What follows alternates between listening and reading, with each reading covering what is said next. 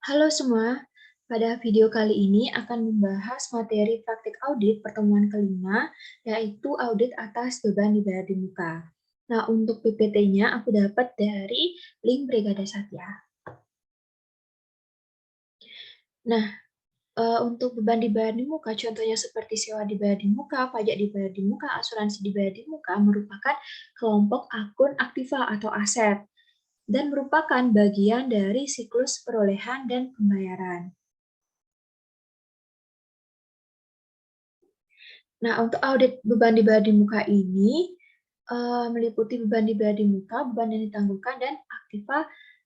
Nah, ini maksudnya aktiva tak berwujud ya, karena ada paten, merek dagang, sama hak cipta. Jadi secara sederhana dapat dikatakan bahwa beban dibayar di muka ini terjadi ketika kita membayar sesuatu yang tidak kita gunakan secara langsung di periode tersebut. Misalnya kita menyewa bangunan selama 2 tahun. Nah, kita menyewanya itu di 1 Januari 2022. Di 1 Januari 2022 tersebut kita membayar 20 juta atas sewa selama 2 tahun. Nah, jadi di bulan Januari itu sebesar 20 juta itu tidak boleh dibebankan seluruhnya 20 juta di bulan Januari, tapi secara bertahap selama 2 tahun. Nah, itu contoh sederhana dari beban dibayar di muka. Nah, selanjutnya asuransi dibayar di muka dan akun yang berkaitan. Nah, asuransi dibayar di muka ini berkaitan erat dengan beban asuransi. Jadi, pada saat pertama kali membayar akuisisi atau akuisisi premi asuransi yang berasal dari siklus akuisisi dan pembayaran, nah saldonya itu, saldo awalnya itu akan di-debit sebagai asuransi dibayar di muka. Nah, kemudian ketika telah seiring berjalannya waktu di periode berjalan itu, asuransi dibayar di muka ini setelah digunakan itu bakal menjadi beban. Nah, beban asuransi. Sehingga apabila sudah menjadi beban, berarti jurnalnya itu nanti beban asuransi pada asuransi dibayar di muka. Ketika terjadinya beban asuransi, maka akun asuransi dibayar di muka itu juga berkurang. Kemudian pengendalian internal untuk asuransi dibayar di muka dan beban asuransi dapat dibagi dalam tiga kategori, yaitu yang pertama pengendalian terhadap akuisisi dan pencatatan asuransi. Nah, di sini itu diperlukan otorisasi ketika melakukan akuisisi atas asuransinya. Misalnya saat melakukan pembayaran itu harus mendapat persetujuan dari pihak yang berwenang, dari pejabat yang berwenang. Kemudian, pengendalian terhadap register asuransi. Nah, biasanya auditor itu menggunakan register asuransi untuk mengidentifikasi kebijakan-kebijakan atas asuransi tersebut. Kemudian yang ketiga itu pengendalian terhadap penghapusan beban asuransi. Nah, di akhir periode itu kan perlu dilakukan penyesuaian terhadap asuransi dibayar di muka. Nah, itu juga perlu dilakukan pengendalian agar tidak terjadi salah saji dan lain sebagainya. Lanjut ke pengujian asuransi dibayar di muka. Nah, biasanya auditor itu akan melakukan prosedur analitis dalam melakukan pengujian terhadap asuransi dibayar di muka. Nah, yang pertama itu dapat dilakukan dengan membandingkan total asuransi dibayar di muka dan beban asuransi dengan tahun sebelumnya. Yang kedua itu menghitung rasio asuransi dibayar di muka terhadap beban asuransi dan membandingkannya dengan tahun sebelumnya. Jadi, melakukan perbandingan ini dan menghitung rasionya ini untuk mengetahui apabila misalnya perbandingan dari tahun sebelumnya itu tuh sangat signifikan, itu bisa terjadi atau terdapat potensi salah saji. Nah, nanti apabila terdapat perbedaan yang sangat signifikan, auditor perlu lebih memfokuskan terhadap hal tersebut, harus mencari lebih detail apakah terjadi kesalahan atau penjelasan-penjelasan yang lainnya. Nah, kemudian yang ketiga itu membandingkan setiap cakupan polis asuransi pada schedule asuransi yang diperoleh dari klien.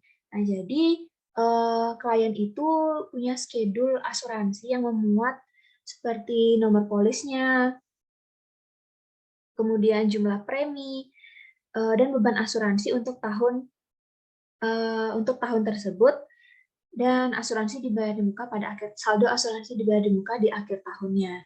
Nah, jadi auditor bisa meminta schedule asuransi tersebut kepada klien. Nah, dibandingkan dengan schedule tahun sebelumnya sebagai pengujian atas eliminasi polis tertentu atau perubahan cakupan asuransi. Jadi dapat dibandingkan polis yang itu masih terdapat atau tidak, apakah sudah tidak dicatat lagi, itu karena apa.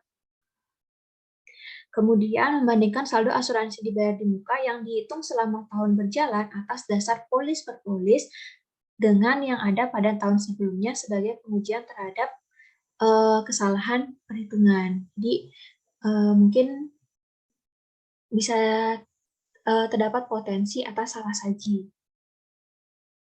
Kemudian mereview cakupan asuransi yang tercantum pada schedule asuransi dibayar di muka dengan pejabat klien yang berwenang atau broker asuransi menyangkut kememadaian cakupannya. Jadi di cakupan asuransi itu seperti apa saja sih fasilitas-fasilitas perlindungan yang didapatkan dari asuransi tersebut.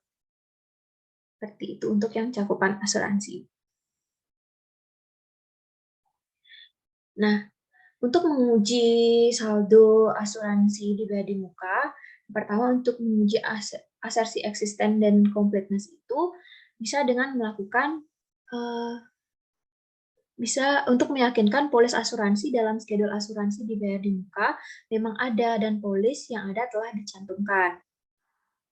Jadi eksisten itu kan keterjadian ya, berarti kalau di schedule asuransi itu kan ada nomor polisnya. Nah, nomor polisnya itu harus kita lihat, ada nggak sih nomor polis segini, ada nggak sih bukti polisnya itu. Nah, kalau udah ada berarti kan eksis gitu. Kemudian untuk completeness ini polis-polis yang ada itu tuh telah dicatat dalam schedule asuransinya, sudah dicatat secara lengkap.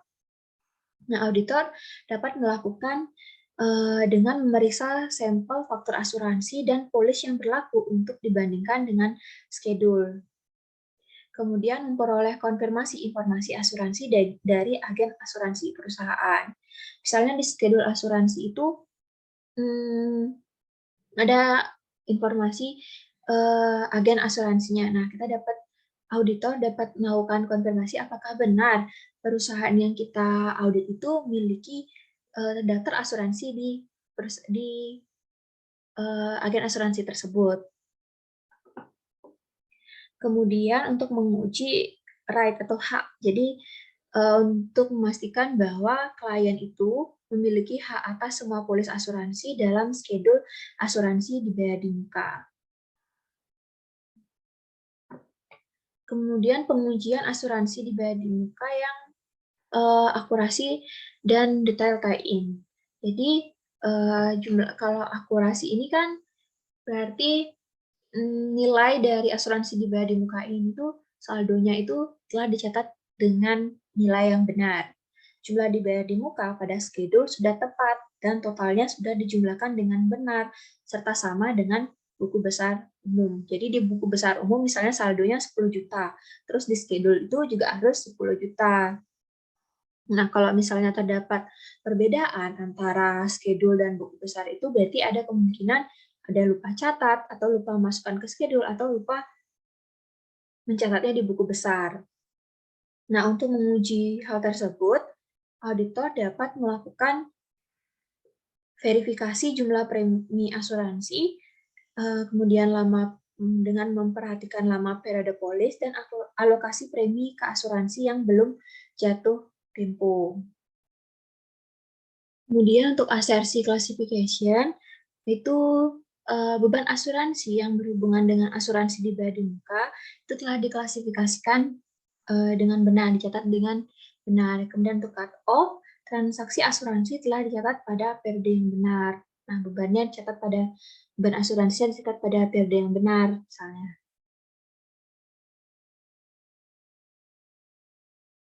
Kemudian ada pendekatan untuk mengaudit akun laba dan beban.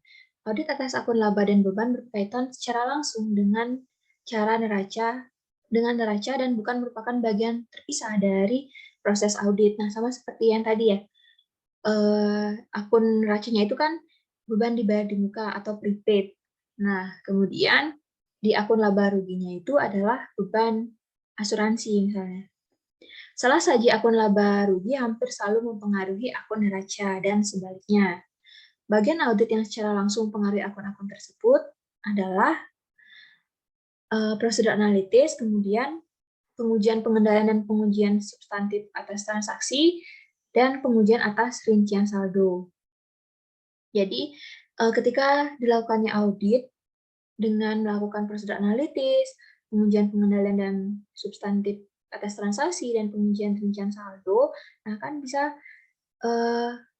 bisa ditemukan kesalahan atau salah saji. Nah, salah saji itu kan sehingga harus diperbaiki. Nah, akan mempengaruhi akun-akun dari akun-akun laba dan beban.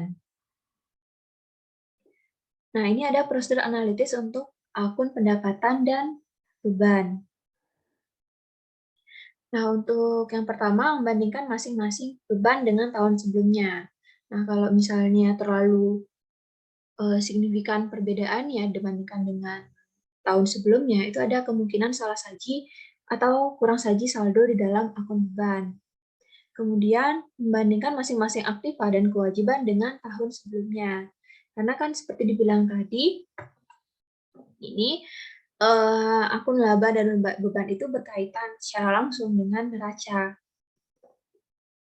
Kemungkinan salah sajinya itu salah saji atau kurang saji akun neraca yang juga mempengaruhi akun laporan laba rugi. Misalnya nih, salah saji persediaan yang mempengaruhi harga pokok penjualan. Atau kalau beban dibayar di muka, mempengaruhi seperti beban sewa, beban asuransi. Kemudian membandingkan masing-masing beban dengan anggaran. Nah, apabila sudah memiliki perencanaan anggaran, kalau misalnya terlalu jauh perbandingan realisasinya itu kan bisa juga berpotensi salah saji. Kemudian membandingkan persentase margin kotor dengan tahun sebelumnya. Nah, itu kemungkinan salah saji harga pokok penjualan. Kemudian membandingkan asuransi dibayar di muka dengan tahun sebelumnya. Oke, sama seperti yang dijelaskan tadi, ada kemungkinan salah saji beban asuransi dan asuransi dibayar di muka. Kemudian ada membandingkan beban komisi dibagi dengan penjualan tahun sebelumnya untuk mengetahui kemungkinan salah saji beban komisi dan komisi yang masih harus dibayar. Dan terakhir, membandingkan masing-masing beban pabrik dibagi dengan total beban pabrik dengan tahun sebelumnya.